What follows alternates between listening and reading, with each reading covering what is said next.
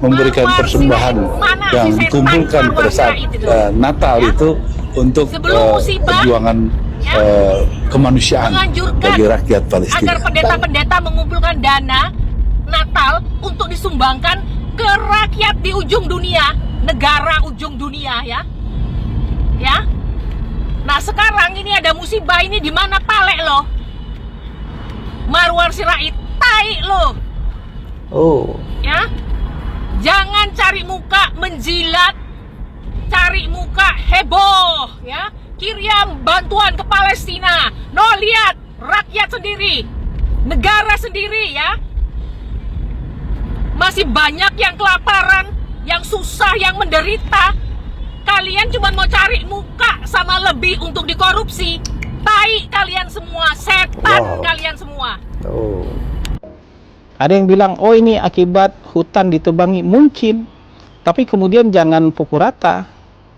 Karena selagi kita masih suka nih minum kopi, ada hutan yang berubah jadi kebun kopi.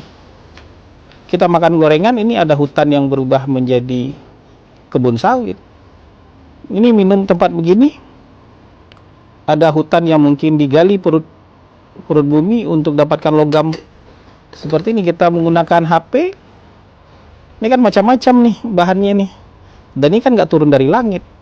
Ini ada perut bumi yang digali untuk kita bisa punya HP. Bahkan ketika mereka marah-marah soal hutan ditebang pakai jari, itu pun yang dipegang oleh jarinya itu hasil mengeruk perut bumi itu. Ada hutan yang ditebang itu, yakin. Jadi hutan ditebang, ya tentu harus ada pengawasan dan pengaturan.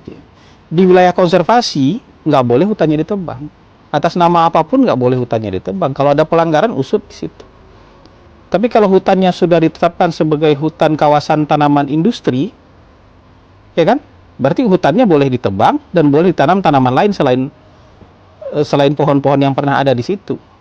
Tanaman pohon yang untuk kebutuhan produksi. Kalau sudah menjadi kawasan perkebunan, dia jadi perkebunan. Tapi kalau misalnya nanti berdasarkan penelitian, oh ini nggak ada, ya udah dialih fungsikan dong. Nanti dialih fungsikan. Tapi jangan marah-marah secara sapu rata begitu. Pukul rata marah, oh tanamin semua. Tanamin semua, kamu nggak makan gorengan lagi. Jadi hutan semua lagi. Nggak boleh ada tebang-tebang, kamu nggak minum kopi. Kamu nggak punya HP loh, nggak punya listrik loh. Ini kan batu bara digali juga di dalam hutan. Yang buat sumber listrik kita hari ini. Jadi dudukan pada tempatnya aja. Ingat konsekuensi ini semua dari hulu sampai ke hilir. Itu yang pada teriak-teriak anti sawit udah pada siap ya. Mandi nggak pakai sabun, keramas nggak pakai shampoo, cuci baju nggak pakai deterjen. Semua produk rumah tangga yang barusan gue sebutin itu bahan dasarnya minyak sawit. Kenapa? Karena sawit adalah tanaman paling efisien untuk menghasilkan minyak nabati. 1 hektar lahan ditanami sawit bisa dapat 3-4 ton minyak. Ditanami kedelai dapat 0,3-0,4 ton. Ditanamin bunga matahari dapat 0,7-0,8 ton.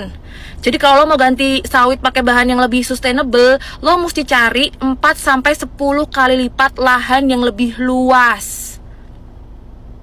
Dan lo tahu, sawit itu adalah kebutuhan global. Dunia ini yang butuh sawit. Kenapa Indonesia mulu yang disalahin? Bingung gak sih lo? Oke guys ya, itu tadi pernyataan dari orang-orang yang membela lahan sawit.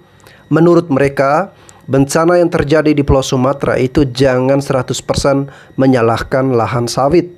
Oke guys, sekarang kita akan mendengarkan statement yang lain yang tentu kontradiksi dengan apa yang mereka sampaikan berikut ini. Itu yang pada teriak-teriak anti sawit udah pada siap ya. Mandi nggak pakai sabun. Nah ini dia kalau nalar berpikir belum terbentuk sempurna tapi udah dikasih nyawa. Ada sawit, tambang batu bara, tambang minyak itu semua sah-sah aja selama prosesnya legal. Itu yang paling pertama. Yang kedua, bukan hasil konversi hutan lindung atau kawasan konservasi, apalagi dengan cara penebangan liar atau dengan cara-cara mainstream seperti dibuat seolah-olah kebakaran dulu, terus tanah diperjualbelikan, terus dijadiin deh sawit itu. Yang ketiga, mempertimbangkan AMDAL, yang nggak cuma dokumen di atas kertas doang, karena gue ngeliat banyak banget itu AMDAL-AMDALan yang cuma di atas kertas doang gitu loh.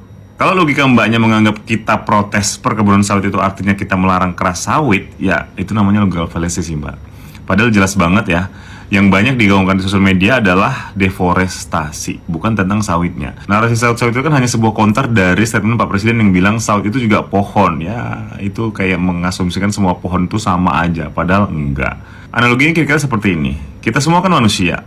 Apakah semua manusia baik? Bisa jadi gitu, tapi ada loh manusia yang tidak memikirkan nasib manusia lainnya hanya demi perut mereka sendiri. Siapakah itu? Silakan dijawab dalam hati. Itu yang pada teriak-teriak anti sawit udah pada siap ya?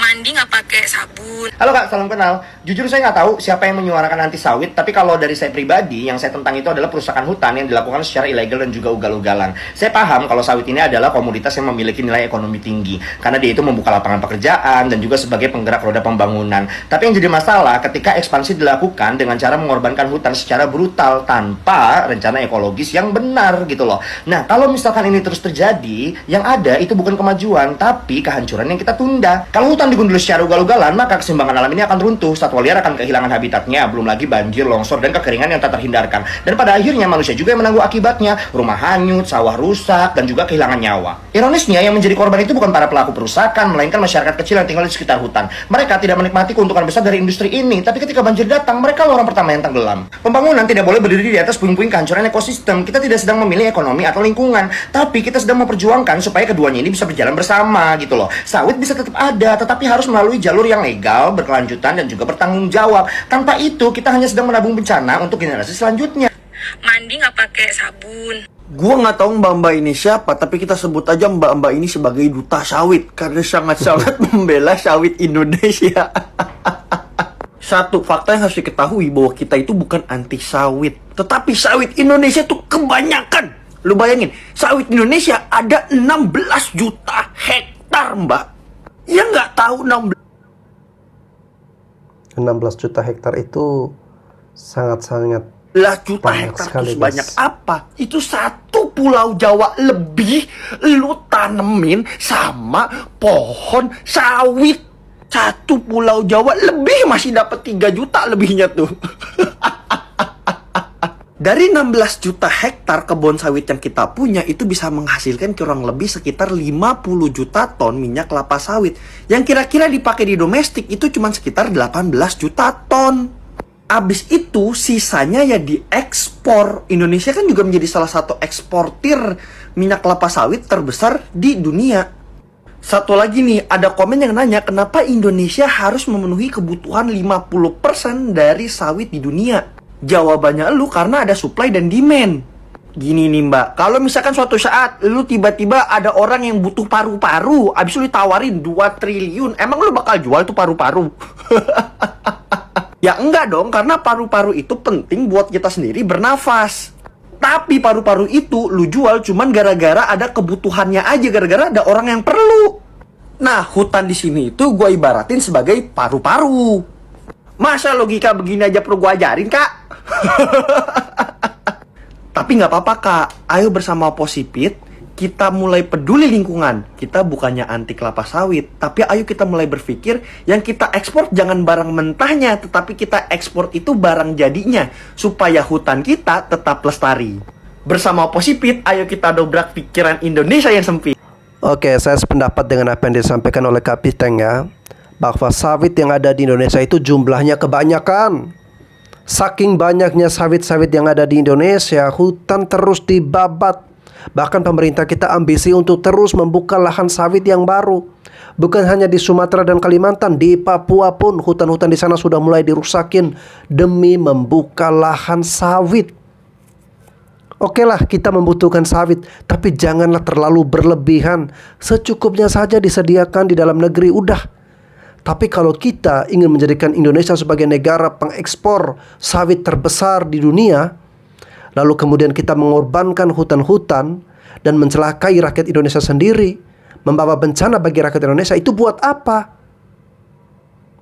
Jangan korbankan rakyat, jangan korbankan begitu nyawa. Nyawa bukan hanya sekedar angka, hanya karena kita berambisi ingin menanam berjuta-juta hektar pohon sawit. Bayangkan guys ya, hutan seluas Pulau Jawa bahkan lebih, itu semua sudah ditanamin kelapa sawit. Gila. Apa sih perbedaan hutan dengan perkebunan sawit? Kan sama-sama ada batangnya, sama-sama ada daunnya, sama-sama kelihatannya kayak pohon gitu kan. Tapi beda banget teman-teman, hutan dan perkebunan sawit. Kenapa? Pertama, hutan itu ekosistemnya banyak, pohonnya beda-beda, ribuan, ratusan ribu, ada yang tinggi, ada yang pendek, akarnya bentuknya beda-beda. Sedangkan sawit itu monokultur, atau bisa kita sebut ya kayak satu spesies aja, satu tumbuhan pohon. Nah, terus kenapa ini jadi berpengaruh banget? Karena akar yang beda-beda itu, akar yang kuat itu akan bisa membuat tanah kita menjadi lebih kuat. Dia kayak lem gitu ya, yang menyatukan tanah-tanah itu jadi bisa kuat. Nah, sedangkan akarnya sawit itu cuma pendek dan tidak seperti pohon-pohon yang sudah ada di sana ratusan, bahkan mungkin bisa sampai ribuan tahun. Nah, itu bedanya. Jadi apa yang terjadi saat hujan turun? Kalau akar-akar itu nggak kuat seperti yang ada di hutan gitu kan, akibatnya air akan mengalir gitu aja langsung ke permukiman masyarakat, teman-teman. Makanya kenapa sawit itu nggak aman secara lingkungan kepada masyarakat, karena mereka tidak bisa menjadikan hujan yang turun sebagai sumber air bersih. Mereka nggak bisa menyangga, nggak bisa bikin itu jadi lem yang bisa menghambat longsor. Itulah perbedaannya antara hutan dan sawit. Dulu aku tuh heran banget kenapa bule-bule itu anti banget sama yang namanya minyak kelapa sawit. Benci banget sama yang namanya minyak kelapa sawit. Dan sekarang aku mulai mengerti dampak besarnya, dampak buruknya. Jadi waktu pertama kali aku tinggal di Australia, terus aku pindah di Italia. Jadi di supermarket itu selalu ada makanan itu, labelnya tuh seperti ini ya teman-teman ya. Senza olio di palma. Ya, kalian lihat ya kan? Ini juga sama, senza olio di palma, senza olio di palma, yang artinya itu tidak menggunakan minyak kelapa sawit. Aku bingung, kenapa? Kan di Indonesia itu kita normal-normal aja gitu ya, makan makanan sehari-hari menggunakan minyak kelapa sawit itu normal-normal aja. Akhirnya aku penasaran dan aku nanyalah ke suamiku. Terus suamiku tuh menjelaskan seperti ini. Kenapa sih cek aku teh benci banget sama minyak kelapa sawit? Apa sih masalahnya? Suamiku bilang, untuk bikin minyak kelapa sawit itu lahannya itu butuh lahan yang sangat luas, sangat besar memproduksi minyak kelapa sawit itu. Yang nantinya itu hutan asli itu diganti menjadi kelapa sawit. Kalau hutan asli hilang, habitat hilang, orang hutan hilang, dan ekosistem hutan itu akan hancur. Lalu kalau hutan terus-terusan diganti sawit, bencana alam bisa meningkat. Dampaknya bukan sebentar, tapi jangka panjang dan bahaya. Itu suami aku jelasin ke aku ya. Aku sendiri lahir di kampung yang pedalaman, yang sangat terpencil. Bapak aku juga dulu tukang nebang kayu di hutan, ya, bapak kandung aku. Waktu kecil aku tuh inget banget, aku pernah nanya ke bapak aku, Pak, nggak bahaya kalau kayunya ditebang terus-terusan? Dan bapak aku bilang, ini cuman sedikit, hutan itu luas, besar, yang ditebang cuman sedikit. Sekarang setelah aku tinggal di luar negeri, aku benar-benar mengerti. Menurut pandanganku pribadi ya, dulu tuh, entah sekarang ya, kita tuh sangat kurang edukasi tentang lingkungan. Masyarakat, terutama yang tinggal di pedalaman itu, sangat membutuhkan edukasi dan solusi. Edukasi itu harus diberikan sejak kecil. Jadi, anak-anak itu perlu ditanamkan mindset yang benar-benar sejak awal. Jadi pola pikirnya tuh enggak yang, cuma sedikit, tapi nanti kan jadi gede, dan bahaya besar. Contohnya yang terjadi sekarang di Sumatera Barat saat ini. Jadi, aku ngomong kayak gini tuh bukan untuk menggurui siapapun atau bukan untuk menyalahkan siapapun. Aku cuman mak-mak biasa ya, aku juga tidak pintar ya, belum menjadi pintar. Tapi karena aku punya audiens yang lumayan besar, yang menurut aku 600.000 itu tidak kecil, dan video aku itu banyak yang sampai puluhan juta. Jadi aku ingin memanfaatkan dunia digital itu menjadi hal yang positif. Kalau ada kata-kata atau sesuatu yang positif yang aku berikan, yang keluar dari mulut aku berharapnya akan ada dampak yang positif. Tapi kalau ada kata-kata yang salah, kata-kata yang harus dibenari, kalian harus wajib banget mengkoreksi aku juga. Jadi aku hanya ingin menggunakan sosial media aku ini menjadi hal yang positif ya. Jadi mudah-mudahan sedikit aja, kecil aja Wacana pemerintah untuk membuka lahan 20 juta hektar untuk cadangan pangan dan energi, kalau ini benar-benar terjadi, saya nggak tahu deh nasib kita seperti apa. Karena kita sudah kehilangan 10 juta hektar hutan kita. Udah lupa ya, banyak food estate yang mengalami kegagalan dan merusak jutaan hektar hutan. Kita benar-benar darurat deforestasi. Kementerian Lingkungan Hidup dan Kehutanan pernah mengatakan bahwa laju deforestasi dari 2000 sampai 2012 itu ada 1,1 juta hektar per tahun.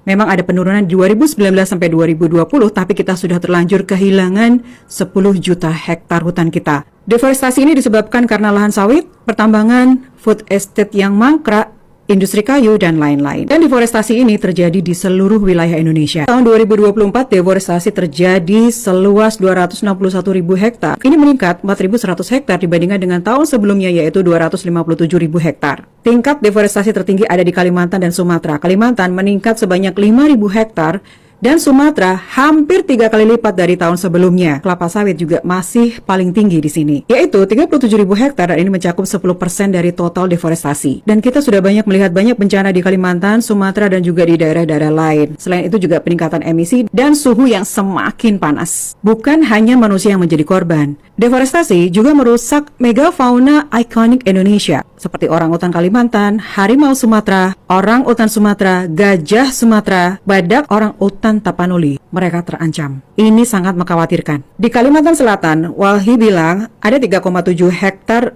luas wilayah Kalimantan Selatan, hampir 50% yang merupakan lahan tambang dan perkebunan sawit. Tercatat ada 157 perusahaan tambang batu bara dengan 814 lubang tambang. Dan ini bisa menyebabkan bencana ekologis. Tidak hanya perusahaan yang dimiliki oleh warga Indonesia, tapi juga ada perusahaan asing seperti di Kalimantan Barat. Itu ada grup korporasi asing yang merupakan salah satu perusahaan pulp and paper terbesar di dunia yang tidak diketahui pemiliknya dan secara finansial berasal dari British Virgin Island dan Cayman Island. Mereka banyak menguasai lahan dan terafiliasi dengan perusahaan-perusahaan di Kalimantan, Sumatera, dan Papua. Habitat orangutan dan tanah adat Dayak semakin terancam. Ini juga terjadi di Kalimantan Utara.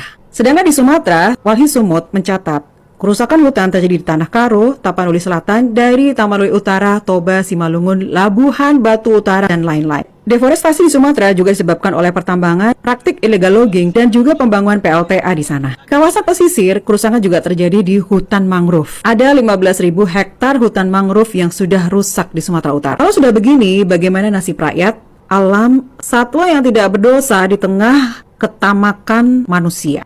Oke guys ya, mendengarkan berita-berita seperti ini membuat hati saya semakin sedih dan juga miris guys ya, melihat situasi dan keadaan hutan di bumi pertiwi.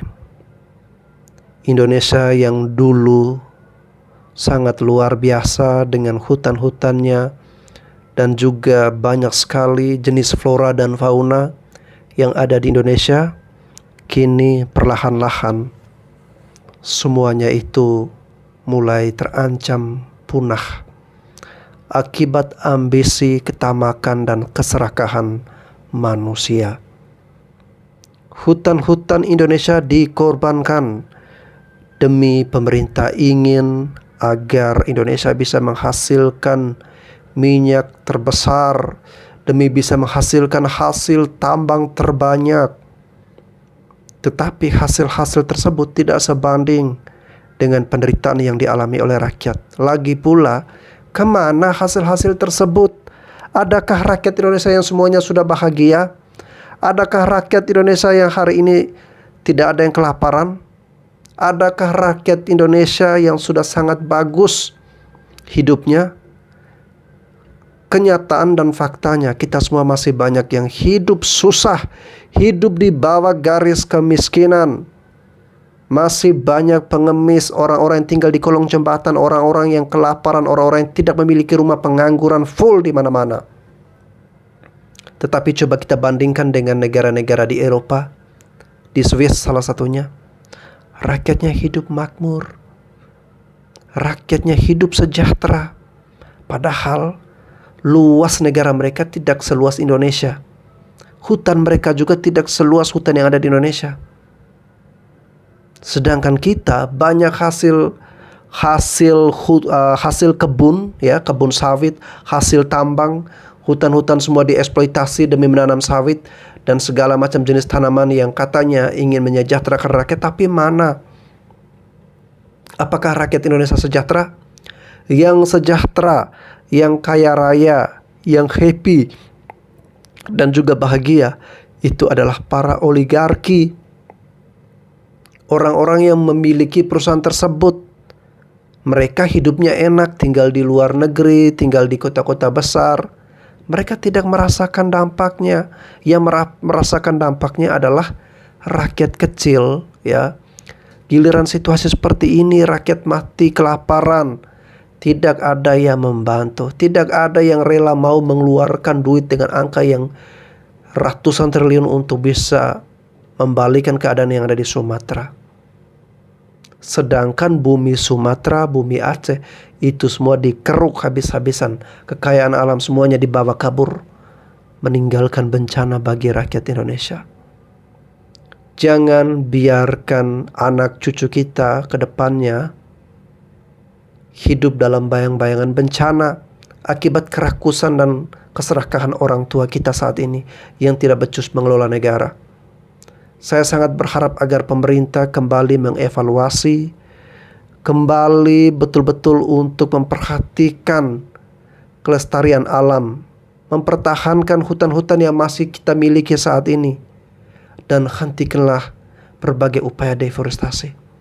Hentikanlah pembabatan-pembabatan atau pembukaan lahan baru untuk sawit. Udah cukup, stop. Dengan bencana kemarin semoga menjadi momentum bagi kita semua untuk memperbaiki diri, untuk lebih sayang lagi lingkungan kita, untuk lebih menyayangi dan mencintai hutan-hutan Indonesia sebelum nanti membawa bencana yang lebih besar. Oke teman-teman, terima kasih sudah menyaksikan video ini. Jangan lupa share sebanyak-banyaknya, semoga bisa bermanfaat. Sampai jumpa lagi.